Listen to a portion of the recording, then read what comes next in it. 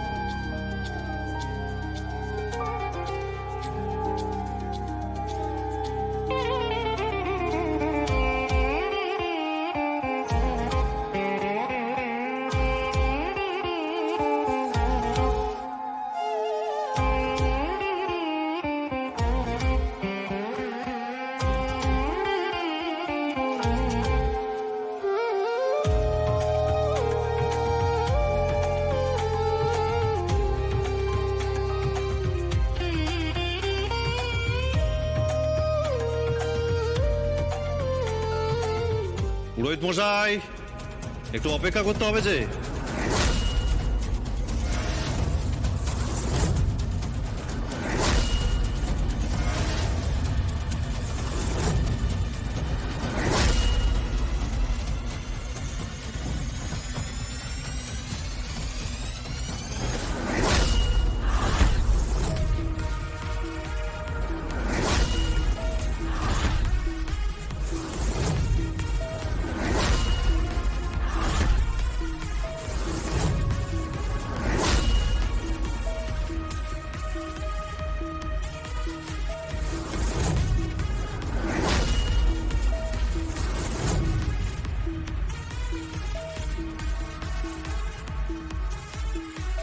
তুমি তুমি এখানে তুমি তুমি বেঁচে আছো?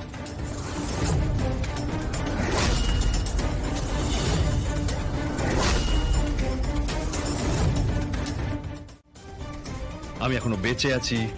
তুমি তুমি এখানে কি করতে এসছো? কি বলতে চাইছো তুমি? উষ্ণেশ, তুমি তো হসপিটালে ছিলে। না, আমি হসপিটালে ছিলাম না।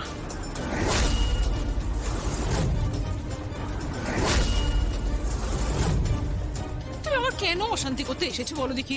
একটা শুভ অনুষ্ঠান চলছে। ওকে বের করে দে, ওকে এখান থেকে বের করে দে। ভূমিকা চ্যাটার্জি, বাইরে তো যেতেই হবে। অফকোর্স আমি এখানে থাকতে আসিনি, তাই না? না না, আপনি কি ভাবছিলেন যে সেদিন আমি সত্যি সত্যি অজ্ঞান হয়ে গেছিলাম? এটাই ভাবছিলেন আপনারা, তাই তো? সত্যি অজ্ঞান হয়ে গেছিলাম? বাট না, কারণ আগেই জুই আমাকে বলেছিল যে ওই শরবতে ঘুমের ওষুধ মেশানো আছে।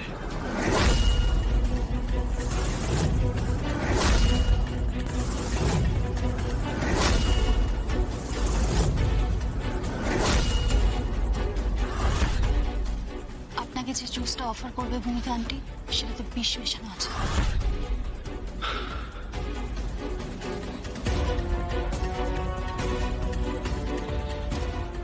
Thank you Jui, thank you.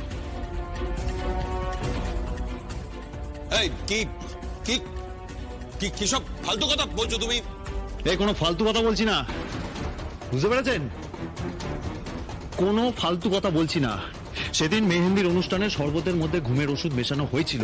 হ্যাঁ, এটা ঠিক যে আমি শরবতটা খেয়েছিলাম, বাট ওটা ওই শরবতটা ছিল না যেটা ঘুমের ওষুধ মেশানো হয়েছিল।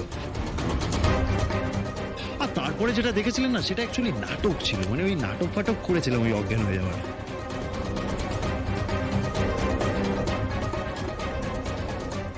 এসব কি বলছো তুমি? হ্যাঁ, ঠিকই বলছি টমি। আরে সঞ্জিত বাবু, ওরে বাবা, সেদিন তো আবার আমাকে হাসপাতালে নিয়ে যাওয়ার নাম করে একবারে পুকুরের জলে ফেলে দিলেন।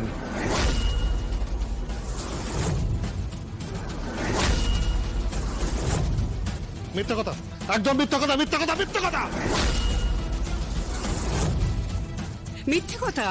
তুমি আমাদের অপমান করবার জন্য যে যা খুশি তাই বলছো, যা খুশি তাই বলছি। হ্যাঁ, যা খুশি তাই বলছি না, যা খুশি তাই আমি একদমই বলছি না।